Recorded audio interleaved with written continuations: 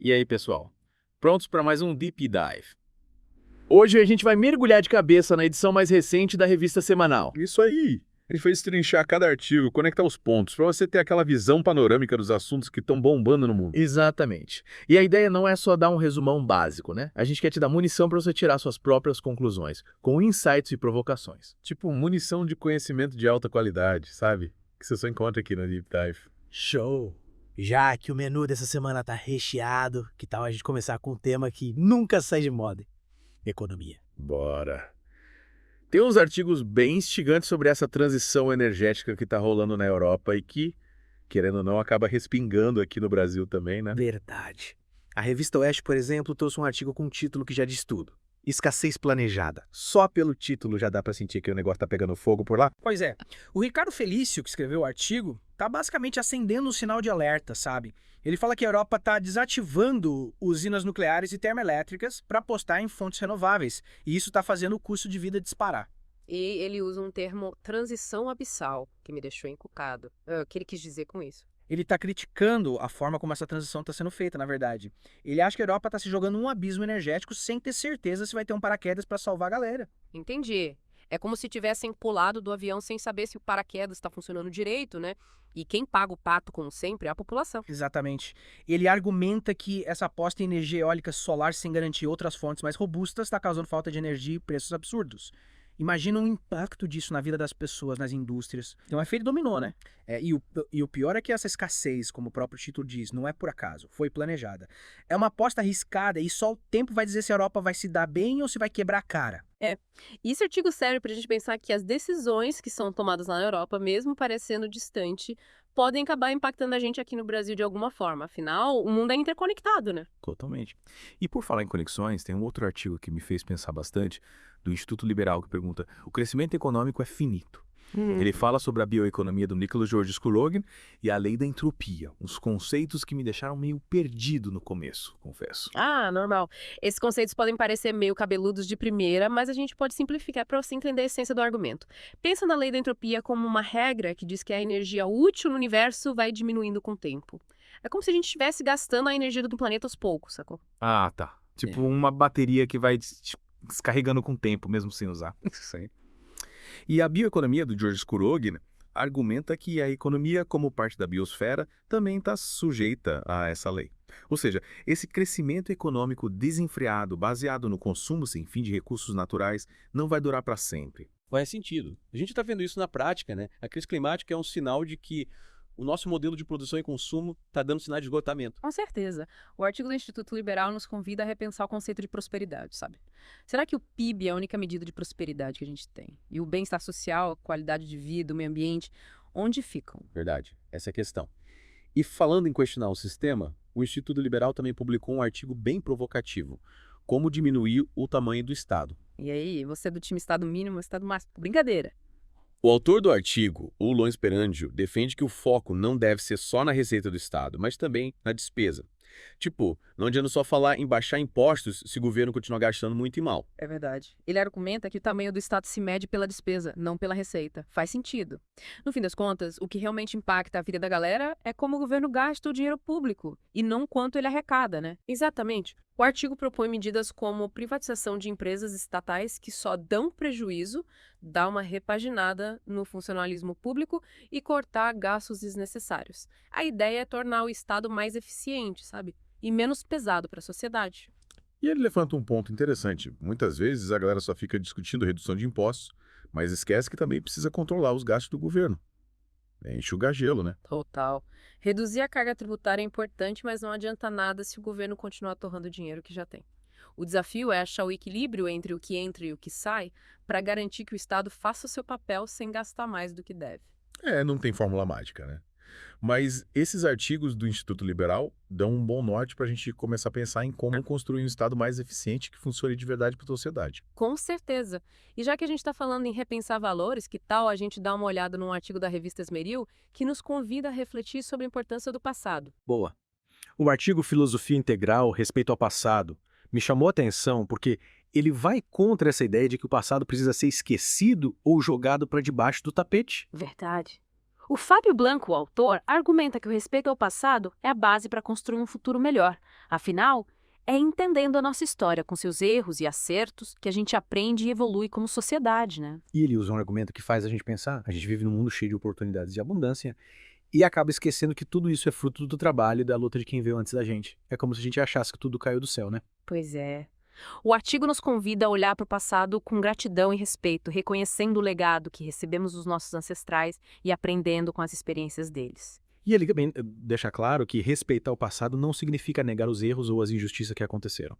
Pelo contrário, a gente precisa reconhecer esses erros para aprender com eles e construir um futuro mais justo e igualitário. Exato. É tipo olhar para o passado com um olhar crítico, mas ao mesmo tempo respeitoso, tentando entender as nuances da nossa história para construir um futuro melhor. E falando em passado e futuro, a revista Esmeril também publicou um artigo que aborda a eterna questão da relação entre lucro e salário. Eita. Esse é um tema que sempre causa polêmica, né? Quem nunca se perguntou se o lucro é tirado do salário do trabalhador? Pois é. O artigo Filosofia Integral Respeito ao Passado aborda essa questão de um jeito bem interessante, questionando essa visão simplista de que o lucro é o vilão da história. E como o autor enxerga essa relação? Ele argumenta que o lucro é o resultado da ousadia dos empreendedores e capitalistas, que se arriscam e investem para gerar riqueza e empregos. Ele defende que o lucro é fundamental para a economia girar e que, sem lucro, não tem investimento, inovação nem crescimento. Interessante. Ele coloca o lucro como o motor da economia, sem ele o sistema trava, né? Exatamente. E também fala sobre aumento de salários, dizendo que só faz sentido aumentar salários se a empresa tiver uma alta produtividade. Ou seja, o aumento de salário precisa ser sustentado por um aumento na produção, senão a empresa pode acabar indo para o buraco, né? Isso aí. Ele defende que a decisão sobre o aumento de salários é da empresa, que precisa levar em conta a produtividade, a concorrência no mercado e a necessidade de manter seus funcionários motivados. É uma visão que coloca a responsabilidade do aumento de salários nas mãos dos empregadores, e não do governo ou dos sindicatos. Exatamente. Ele se baseia na lógica do mercado, argumentando que, num sistema de livre mercado, a remuneração do trabalho é definida pela oferta e demanda por mão de obra. A economia é um bicho de 7 cabeças, e esse artigo da revista Esmeril nos faz questionar aquelas ideias prontas que a gente costuma ouvir sobre a relação entre capital e trabalho. Concordo. E acho que a gente pode aproveitar esse gancho para entrar em outro tema que está sempre pegando fogo: a política. A revista semanal trouxe vários artigos sobre o cenário político brasileiro e a gente vai desvendar cada um deles mostrando as diferentes perspectivas. Opa, preparado para entrar na arena política. Prometo que a gente vai te ajudar a entender os jogos de poder, as estratégias e as polêmicas que estão rolando no Brasil. Bora lá. A revista Oeste, por exemplo, publicou um artigo com um título bem sugestivo: Muralhas do Estado. Só pelo título já dá para imaginar que o bicho vai pegar, né? Pois é, o autor do artigo solta o verbo contra o governo Lula, o STF e o Congresso Nacional. Ele diz que o Brasil está virando o país do não pode, onde a liberdade de expressão está ameaçada e a perseguição política é real. Ele usa a metáfora das muralhas do Estado para mostrar como o governo está se fechando para o diálogo e se blindando contra as críticas. E ele dá exemplos concretos dessa perseguição política e dessa censura. Afinal, críticas genéricas a gente vê aos montes por aí, né? Sim. Ele cita o caso do Jânio de Brito da Silva, um jovem autista que foi preso depois dos eventos de 8 de janeiro de 2023. Ele foi acusado de participar de atos antidemocráticos e passou 6 meses preso, sem contato com a família, até que um laudo médico comprovou que ele era autista e tinha deficiência intelectual, o que significa que ele não tinha como entender a gravidade da situação. Nossa, que situação. Esse caso realmente levanta questões sérias sobre a justiça e o sistema prisional no Brasil. Com certeza. E o artigo também critica o STF, dizendo que o Supremo está se metendo em assuntos que deveriam ser tratados pelo Legislativo ou pelo Executivo, saindo do seu papel de juiz e agindo politicamente. Ele cita algum ministro específico? Sim, ele cita o Alexandre de Moraes como um exemplo dessa politização do judiciário. Ele argumenta que as decisões do Moraes são movidas por interesses políticos e não por uma interpretação imparcial da lei. Falando ao Alexandre de Moraes, a revista Timeline dedicou um artigo inteiro à figura dele. Quem está por trás de Alexandre de Moraes? É verdade. Nele, a revista investiga o passado do Moraes, suas conexões políticas e os possíveis interesses por trás de suas ações no STF. É uma leitura interessante para quem quer entender melhor quem é o Alexandre de Moraes e qual é o papel dele no cenário político atual. E a revista Oeste também trouxe um artigo sobre as eleições de 2026, a vez da Alemanha, que apesar do título, fala sobre o Brasil. Pois é, o Rodrigo Constantino, que escreveu o artigo, analisa a proposta do senador Randolfo Rodrigues de mudar o sistema eleitoral para o Senado, reduzindo o número de votos por eleitor de 2 para 1. E qual seria o impacto dessa mudança? Segundo Constantino, essa mudança daria ainda mais poder para os grandes partidos e diminuiria a representatividade de minorias e de candidatos independentes. Ele argumenta que a proposta do Randolph seria um retrocesso para a democracia brasileira. Mexer no sistema eleitoral sempre causa muita discussão, né? Tem que analisar com cuidado os prós e os contras de cada proposta para garantir que a mudança seja realmente boa para a democracia. Com certeza. E a revista Oeste também publicou um artigo sobre o papel do Estado nas relações internacionais, baseado na visão do economista Murray Rothbard. Rothbard, aquele defensor ferrenho do liberalismo e crítico do intervencionismo estatal. Ele mesmo. O artigo Como os economistas passaram de inimigos a amigos do Estado analisa como o Estado se tornou um ator central nas relações entre países e como essa centralização de poder tem gerado conflitos e guerras ao longo da história. O Rothbard argumentava que o Estado, por natureza, é uma instituição que usa a força para se impor, que quer sempre ter mais poder e controlar a vida dos cidadãos.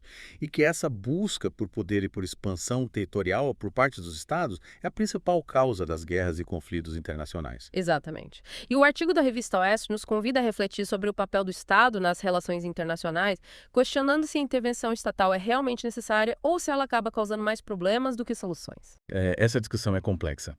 Envolve questões éticas, políticas e econômicas. Mas o artigo da revista Oeste nos dá um bom ponto de partida para a gente começar a pensar sobre o assunto. Com certeza. E já que a gente está falando em relações internacionais, que tal dar uma olhada em alguns artigos que analisam a guerra na Ucrânia, a revista Oeste trouxe algumas perspectivas bem interessantes sobre esse conflito que está abalando o mundo. Bora lá. A gente precisa entender melhor o que está em jogo, as estratégias de cada país e o impacto dessa guerra para o mundo todo. Exatamente.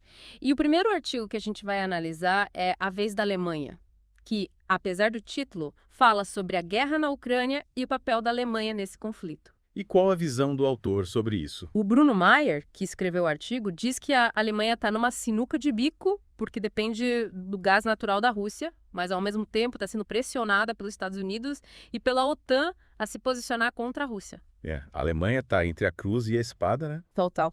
E o autor analisa a chance da direita alemã nas eleições de fevereiro de 2025, dizendo que a direita pode se beneficiar da insatisfação da população com a forma como o governo alemão está lidando com a crise na Ucrânia. E a revista Oeste também publicou um artigo sobre Moscou, escrito pela Mônica Bergamo, da Folha de São Paulo. Verdade. O artigo Moscou é uma festa, mostra a experiência da Mônica na capital russa durante a guerra, e ela destaca a vida normal na cidade, apesar do conflito na Ucrânia.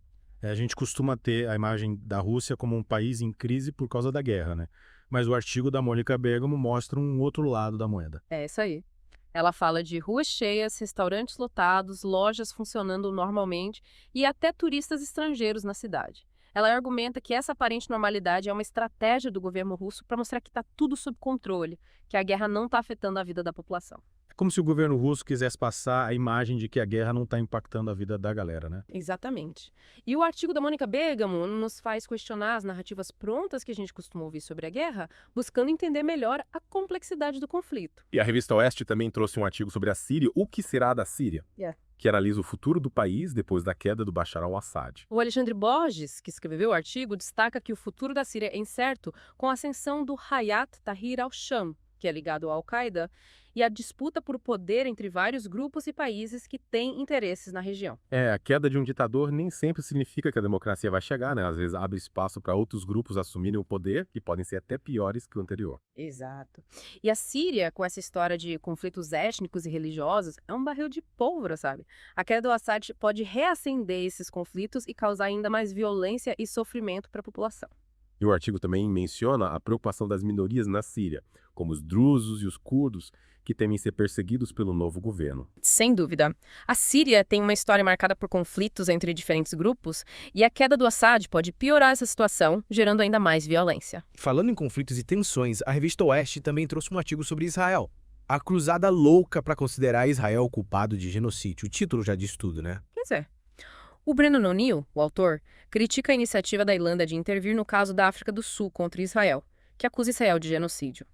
Ele diz que essa iniciativa é motivada por um preconceito contra Israel e por uma distorção da realidade do conflito no Oriente Médio. E qual é a posição do autor sobre o conflito entre Israel e Palestina?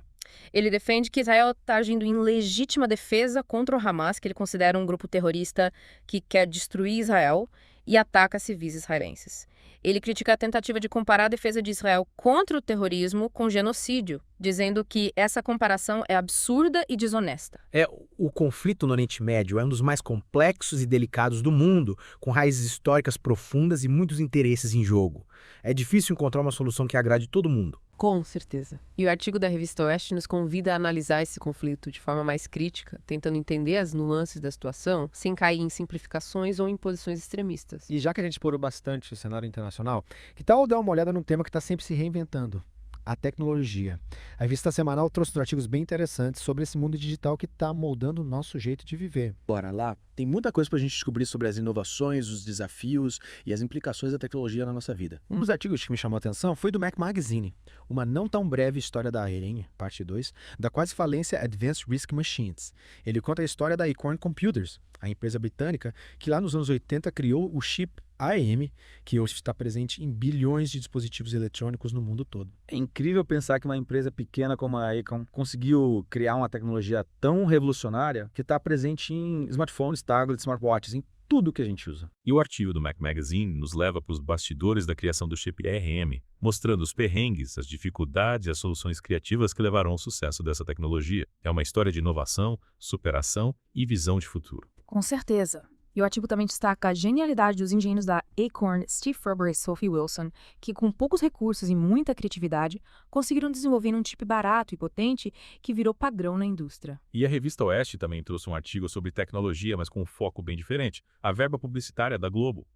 O artigo A Farra da Globo com Dinheiro Público revela que a Globo recebeu mais verba publicitária do governo Lula em 2 anos do que nos 4 anos do governo Bolsonaro. E qual a crítica do autor em relação a essa verba? O Jay Arguzo, que escreveu o artigo, questiona a relação entre a verba estatal e a conduta da emissora, argumentando que a Globo, ao receber tanto dinheiro público, pode ter sua independência jornalística comprometida. É um tema polêmico, que levanta questões importantes sobre a relação entre governo e mídia. Afinal, a mídia tem o papel de informar a população de forma imparcial, fiscalizar o poder e promover o debate público. E o uso da verba publicitária pelo governo pode gerar conflitos de interesse e comprometer a isenção da mídia. Sem dúvida. E o artigo da Revista Oeste nos convida a refletir sobre esse tema, analisando a cobertura da Globo e de outras emissoras que recebem verba do governo. É importante ficar de olho nesses movimentos, né? Afinal, uma mídia livre e independente é fundamental para a democracia funcionar direito. Concordo. E já que a gente está falando em mídia e influência, acho que podemos entrar no último tema da nossa análise: a cultura. A revista semanal trouxe alguns artigos que nos fazem pensar sobre como a cultura está mudando e quais são os desafios que a gente enfrenta nesse campo. Cultura é um tema amplo e fascinante, que nos ajuda a entender os valores, as crenças, os costumes e as expressões artísticas de uma sociedade.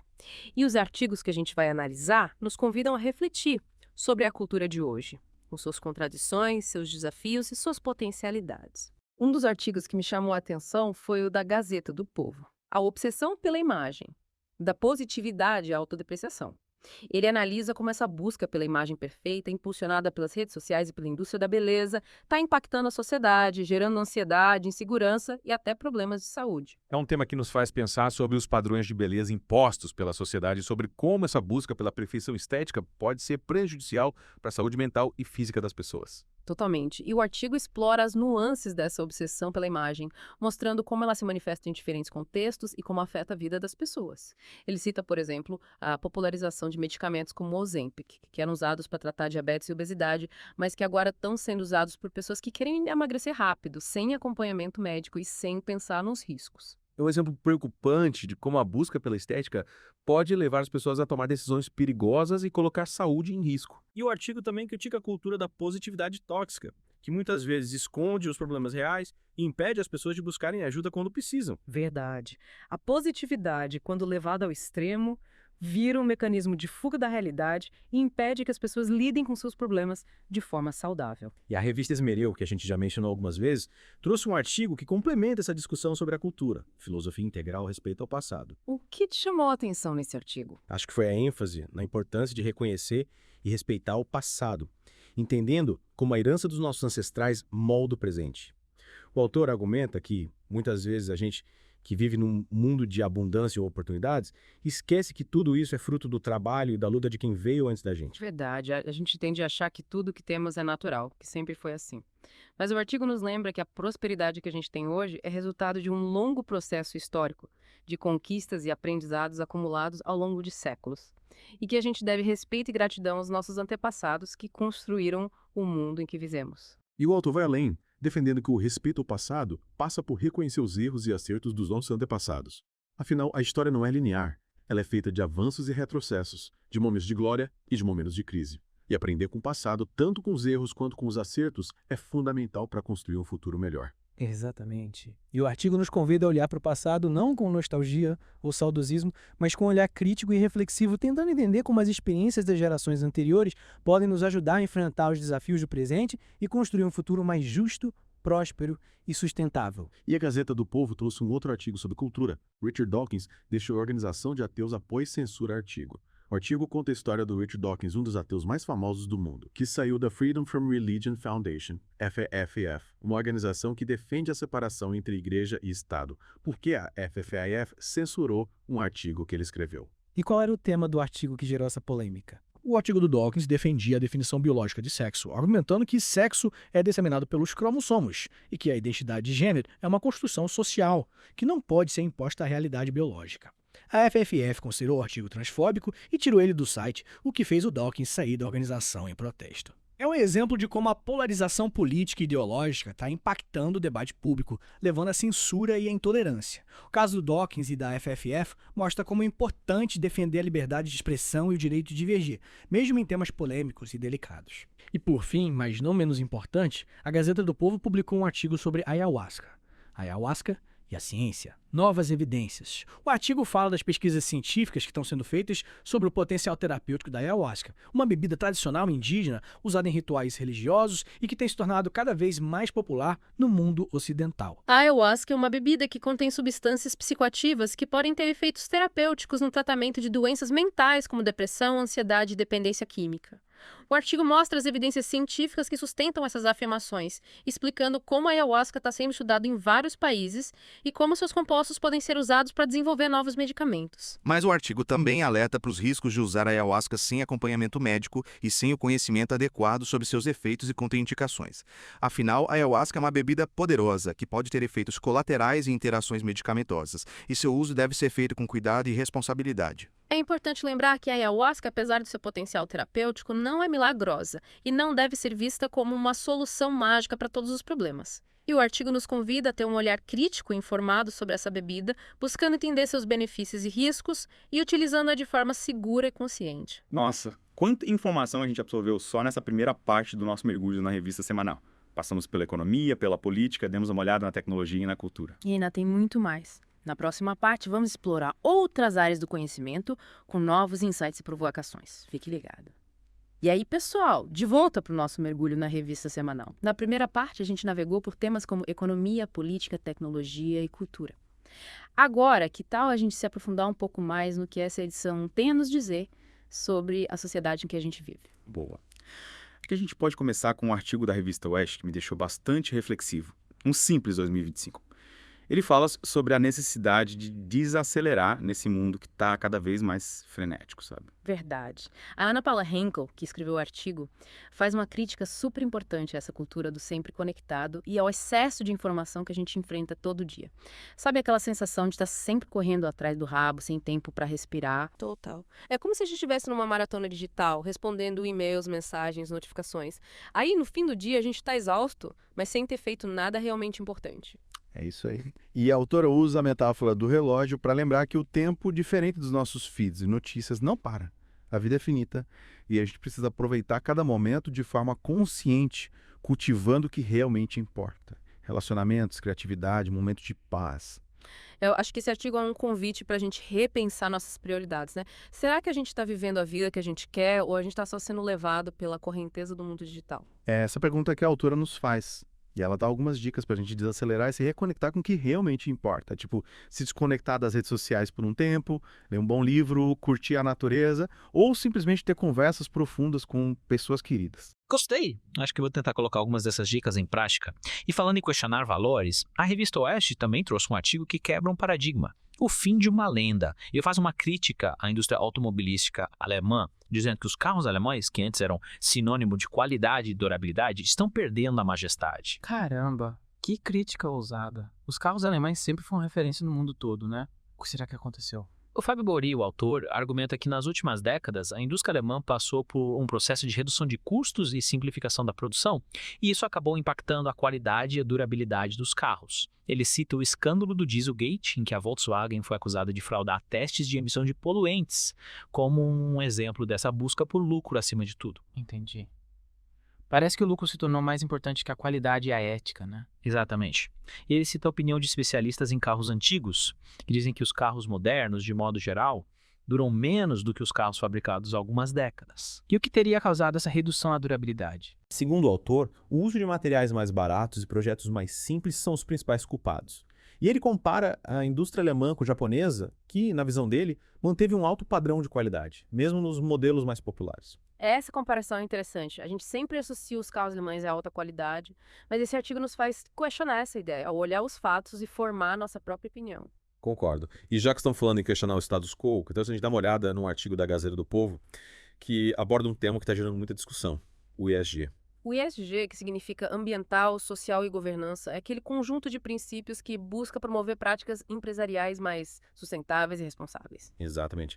E o artigo Força, Alegoria e Estratégia da Dissuasão, sobre exibir poder ou escondê-lo, analisa como essa agenda ESG está impactando a indústria de defesa da Europa e como isso pode estar enfraquecendo a OTAN em relação à Rússia. Uau. Que tema polêmico. Como a agenda ESG pode enfraquecer a defesa de um país? O José Arnon dos Santos Guerra, o autor, argumenta que aplicar os princípios ESG em indústria de defesa pode levar a decisões que priorizam a sustentabilidade em detrimento da segurança nacional. Ele dá o exemplo do Fundo Soberano da Noruega, que, por causa de suas políticas ESG, proibiu investimentos em empresas que produzem armas nucleares, como a Airbus e a Boeing. Entendi.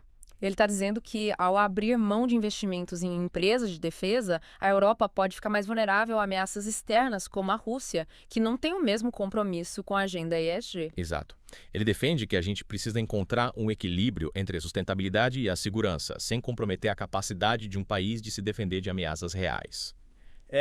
Esse artigo levanta questões importantes para a gente pensar, né? A agenda ESG é importante, mas a segurança nacional também é fundamental. O desafio é encontrar um meio termo entre essas duas prioridades. Concordo. E já que estamos falando em segurança, acho que a gente pode dar uma olhada no artigo da revista Oeste que fala de um tema que é sempre preocupante no Brasil: a violência. Verdade. A violência é um problema crônico no Brasil e a gente precisa discutir as causas, as consequências e as possíveis soluções. E o artigo Brasil, um país seguro para criminosos, faz uma crítica bem forte à forma como a segurança pública é tratada no país, dizendo que o foco está mais em proteger os direitos dos criminosos do que os direitos das vítimas. É uma crítica que a gente ouve bastante, né? A sensação de impunidade e a falta de rigor na aplicação das leis contribuem para a violência no Brasil. Exatamente.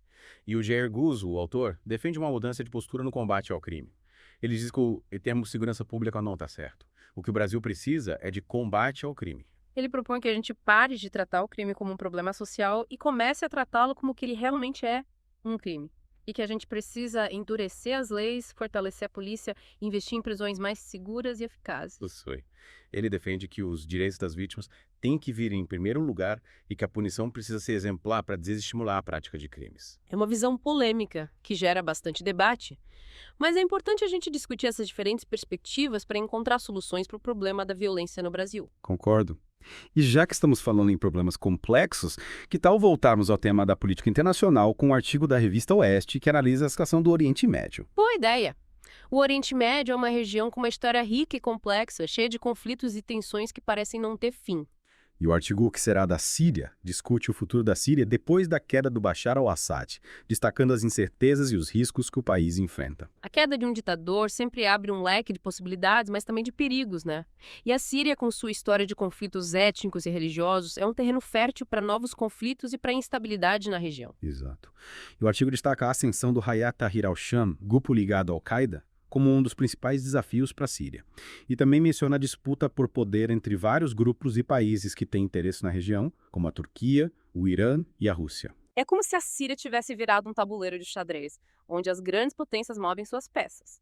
E a população síria, que já sofreu tanto com a guerra, continua pagando o preço dessa disputa geopolítica. E o artigo também levanta a questão da possível divisão da Síria em 3 áreas, de acordo com as etnias que predominam em cada região. drusos e curdos, alautas e sunitas. Essa seria uma tentativa de diminuir os conflitos étnicos e religiosos, mas também poderia criar novos problemas, como a fragmentação do país e a instabilidade nas fronteiras. É uma situação complexa, sem soluções fáceis. Com certeza.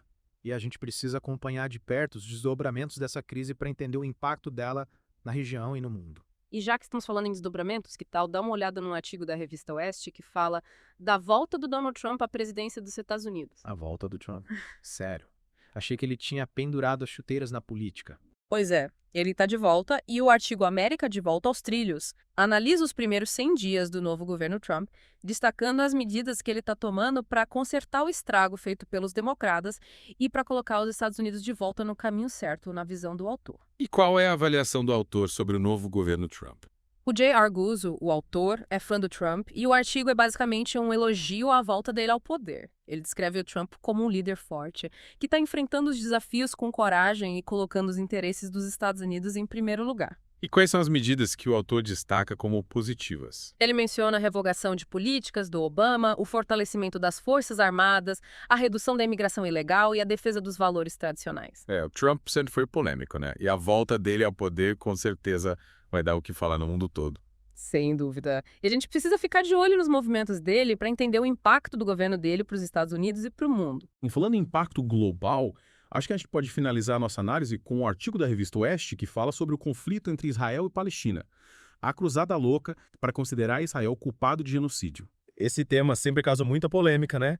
E o artigo critica a iniciativa da Irlanda de intervir no caso da África do Sul contra Israel, que acusa Israel de genocídio. O Brennan Neal, o autor, defende Israel, dizendo que o país está se defendendo do Hamas, que ele considera um grupo terrorista que quer destruir Israel. Ele critica quem compara a defesa de Israel contra o terrorismo com genocídio, dizendo que essa comparação é absurda e desonesta. Ele acusa a Irlanda de ter preconceito contra Israel e de estar agindo de má fé ao tentar incriminar Israel por um crime que ele não cometeu. O conflito no Oriente Médio é um dos mais complexos e delicados do mundo, com raízes históricas profundas e muitos interesses em jogo. É difícil encontrar uma solução que agrade a todos os lados. E o artigo da revista Oeste nos convida a analisar esse conflito com um olhar mais crítico, tentando entender as nuances da situação, sem cair em simplificações ou em posições extremistas. E a gente precisa ter em mente que, nesse tipo de conflito, é muito difícil encontrar uma narrativa totalmente isenta e imparcial. Cada lado tem seus motivos, suas dores e suas versões da história. E cabe a nós, como observadores, buscar o máximo de informação possível, avaliar as diferentes perspectivas e formar nossa própria opinião sobre o assunto. Exatamente. E a revista semanal, com sua diversidade de artigos e de pontos de vista, nos dá um material rico e interessante para a gente refletir sobre os desafios do nosso tempo e para construir nossa própria visão de mundo. E a gente explorou bastante essa riqueza nessa nossa conversa de hoje, mas ainda tem mais. Verdade. Na próxima parte, a gente volta para a última etapa do nosso mergulho, na revista semanal, com mais análises, insights e, quem sabe, alguns aha moments. Fique ligado. E aí, pessoal? De volta para a reta final do nosso mergulho na revista semanal, já passamos pela economia, pela política, tecnologia, cultura, ufa. Mas, para fechar com chave de ouro, guardamos um tema especialíssimo, a ciência. E a revista Oeste caprichou, hein? Trouxe um artigo que é um presente para os amantes da ciência. 7 descobertas e feitos científicos de 2024. O Evaristo de Miranda, o autor, mandou muito bem na seleção, escolheu descobertas que têm impacto real na nossa vida e que mostram a força da ciência para desvendar os mistérios do universo. Fiquei fascinado por esse artigo. A gente sempre ouve falar de novas descobertas, mas nem sempre a gente entende como elas afetam a nossa vida, né? E esse artigo da revista Oeste faz um trabalho incrível em traduzir a ciência para uma linguagem que todo mundo entende. Com certeza. E a gente vai te guiar por cada uma dessas descobertas, mostrando por que elas são importantes, como elas podem mudar o mundo e quais perguntas elas nos fazem pensar. Perfeito. Então, vamos desvendar esses mistérios. A primeira descoberta que o artigo destaca é sobre a vulnerabilidade das mulheres a doenças autoimunes. O que me intrigou foi a explicação de como uma falha no mecanismo de inibição de um dos cromossomos Is pode ser a causa dessa predisposição. É como se o corpo da mulher começasse a atacar ele mesmo, né? Exatamente. E essa descoberta abre um leque enorme de possibilidades para desenvolver novos tratamentos e até prevenir doenças autoimunes que afetam milhões de mulheres no mundo todo. Imagina o impacto disso na vida dessas mulheres, na saúde pública, nos custos com tratamentos. A ciência tem esse poder de transformar vidas, né? A segunda descoberta que o artigo traz é de outro mundo, literalmente. Ele fala da existência de oceanos em luas de Júpiter, Saturno e Urano. Sempre achei o espaço fascinante, mas pensar que pode ter água líquida em outros lugares do sistema solar é surreal. E esses oceanos estão escondidos debaixo da superfície congelada dessas duas, o que torna a exploração ainda mais desafiadora.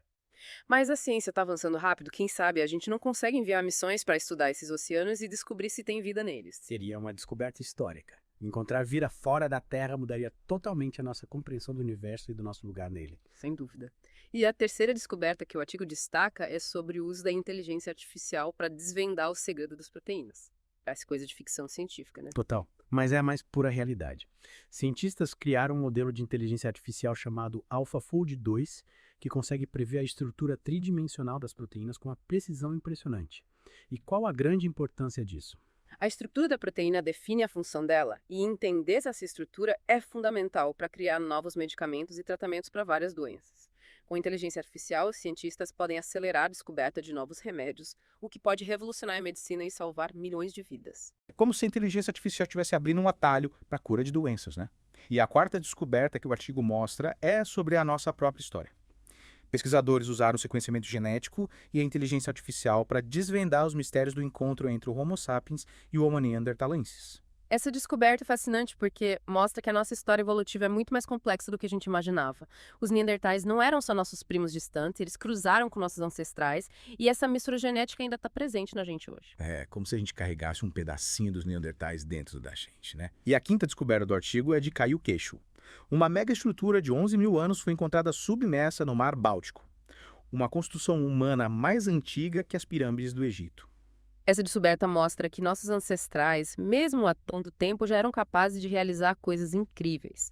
A estrutura, que parece ter sido um muro de caça para guiar renas, revela a capacidade de organização, planejamento e trabalho em equipe dos nossos antepassados. E a sexta descoberta que o artigo destaca é sobre a nova era de foguetes espaciais baratos e reutilizáveis.